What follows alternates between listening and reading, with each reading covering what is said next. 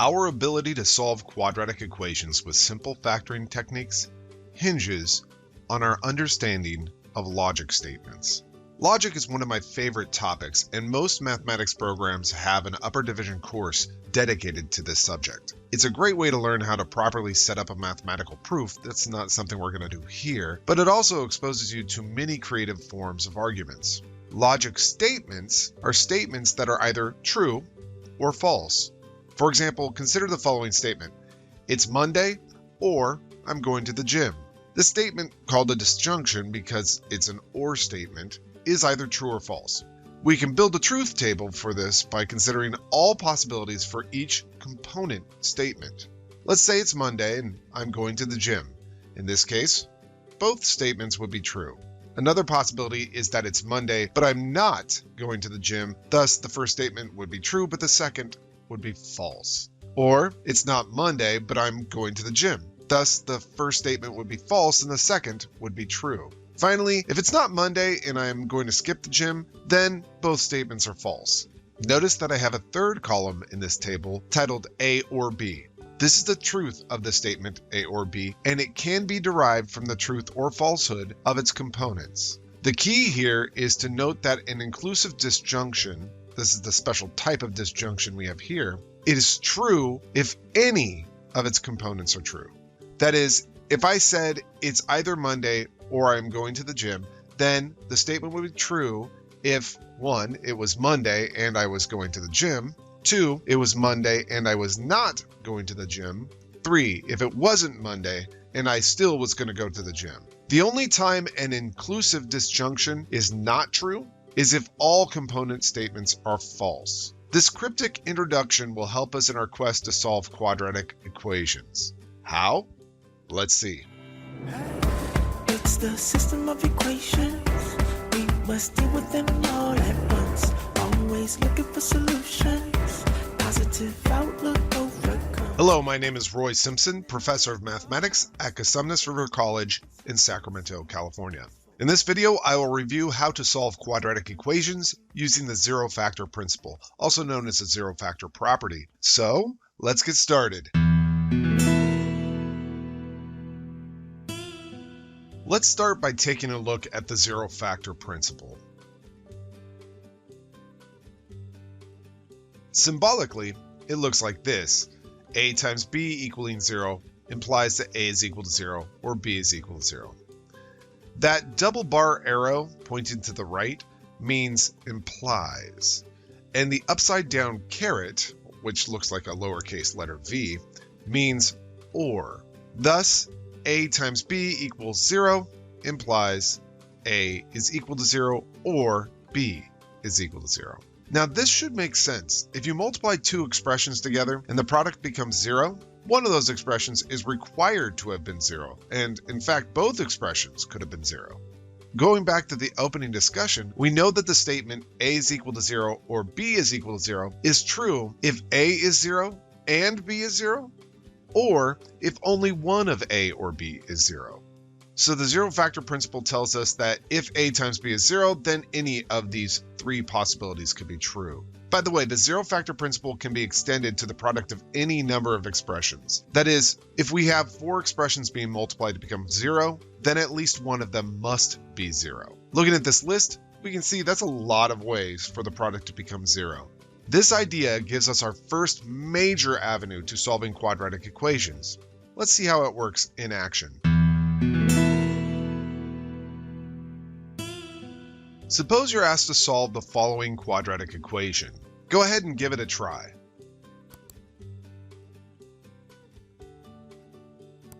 If you use the quadratic formula to solve this, you essentially use a sledgehammer to put a thumbtack into a wall. That is, there's a much easier way to solve this than the quadratic formula. We're going to go ahead and move everything to one side of this equation and use our prerequisite factoring skills to get this equation in the form A times B is equal to 0. I use the guess and check method for factoring to arrive at the quantity 5c plus 2 times the quantity 3c plus 1 is equal to 0. The zero-factor principle tells us that since this is a product of two expressions that is equivalent to 0, at least one of these expressions must be 0. Therefore, Either 5c plus 2 is 0, or 3c plus 1 is 0. Notice that we've reduced the complexity of this problem from solving a quadratic equation down to solving two linear equations. Solving both of these linear equations, we get that c is equal to a negative 2/5, or c is equal to a negative 1/3. Checking our work, we can see both fractions solve the original equation, and therefore both are answers.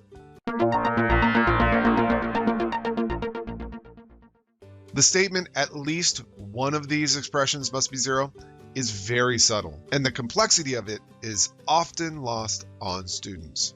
Remember from the opening of this video, c is equal to negative 2/5 or c is equal to negative 1/3 has the following truth table. There are 3 ways that statement can be true. Many people, including instructors, forget that this is why we are told to check our work when done with complex problems. Sure, we could have made a mistake, and checking our work, well, helps in finding that out. But the reality is that when using the zero factor principle, we are arriving at possible answers, and checking our work allows us to determine the actual answers. Now, let's go ahead and take a concrete example to showcase what I mean. Consider the following rational equation. Go ahead and pause the video, try this out. Using our prerequisite knowledge of solving rational equations, we know we should multiply both sides by the LCD, which is 3c plus 1 times 7c plus 2, to arrive at the following. Notice that we've reduced the complexity of this problem from solving a rational equation down to solving a quadratic equation. Now we're going to go ahead and collect everything on one side of the equation, and we see the familiar quadratic equation from the last example. We know that this factors to become the quantity 5c plus 2 times the quantity 3c plus 1 is equal to 0. And we arrive via the zero factor principle at the possible solutions. C is equal to a negative 2/5 or C is equal to negative 1/3. Recognizing that this disjunction, the OR statement, is true in each of the following cases, we must check our solutions. Now going back to the original equation and plugging in negative 2/5, we see that it works beautifully. However, plugging in negative 1/3 creates an issue, specifically division by 0.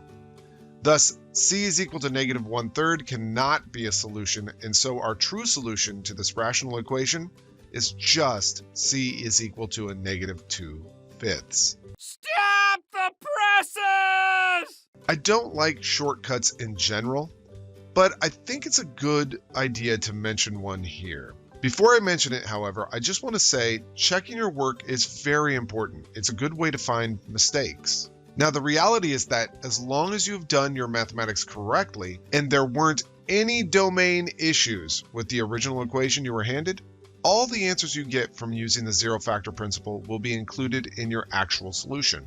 In our first example, we were asked to solve this equation. Since there are no domain issues here, the solutions that we get from the zero factor principle, c is equal to negative 2/5 or c is equal to negative 1/3, both work. I don't need to check to see if one fails because failure of a solution to work stems from domain issues. I should also clarify that because this is an equation and not a function, I'm technically using the word domain incorrectly, but I hope you understand my meaning. In our second example, we were asked to solve this equation. There are domain issues here. Specifically, we'd have division by 0 if c is equal to negative 1/3 or c is equal to negative 2/7. This is why we were required to check our solutions at the end of solving this equation. The moral of this story is, if you're handed an equation which begins with domain issues, then you need to check your answers in the end because one or more of them might break the original equation. I just want to take a moment to point out that we progressively reduced the complexity of this problem using our mathematical knowledge base. That sounds kind of fancy. We started with a rational equation, which we reduced to a quadratic equation, which we further reduced to two linear equations. This is how mathematics works. We are constantly striving to reduce complexity of problems so we can use our prerequisite skills. This is why having such a strong prerequisite base is critical for success in mathematics. If you start with a problem that is super high level and you need 20 different prerequisite skills to get to that solution, you have to continually reduce complexity 20 different times until you get to a really easy problem to solve. If you are missing any of those prerequisite skills, you're stuck on that problem. And that's why mathematics tends to be a frustration for a lot of students. They're frustrated not because math is hard, but because they forget prerequisite skills. We completely, as mathematicians, understand that.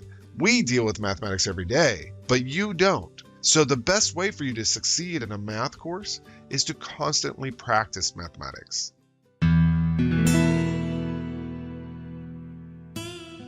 As a final example, spend a moment trying to solve the following equation. This is just the extended use of the zero-factor principle. Remember, if you have a product of expressions that are equal to 0, then at least one of those expressions must be 0. Hence, x minus 1 must equal 0, or x plus 1 must equal 0, or x minus 2 must equal 0, or x plus 2 must equal 0. Solving each of these linear equations, we get that x is equal to 1, or -1, or 2, or -2. Looking at the truth table for this, you can easily tell that there are a lot of possible solutions here. For example, x could be 2, but not 1, -1, or -2. However, as I mentioned in the shortcut a moment ago, as long as there are no domain issues with the original equation, all these solutions will work. Thus, the solution is x equals 1, or -1, or 2, or -2. We didn't have to throw any of these out because our equation didn't really have any domain issues. Again, I'm using the word domain here loosely.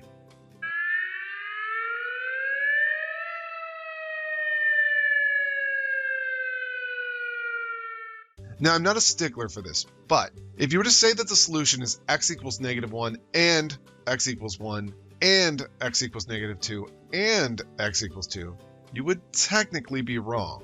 Why? Because x cannot simultaneously be -1, 1, 2, and -2. There's no such number that takes on all those values at the same time. Here's a better example. Would you tell someone that you're passing your math class and failing your math class? No, you can't be doing both simultaneously.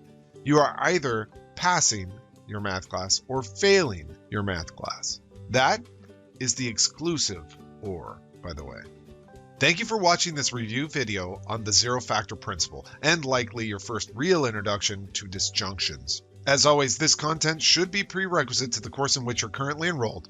If you found this material unfamiliar, or if it was confusing to you, then I recommend you click on the provided relevant prerequisite links listed below for further help. However, if you find you're continually doing this, you might want to consider speaking with your instructor about other course options. On that note, I sincerely hope these videos help you achieve success in your transfer level math and science courses. Cue the music. It's the system of equations. We must deal with them all at once. Always looking for solutions.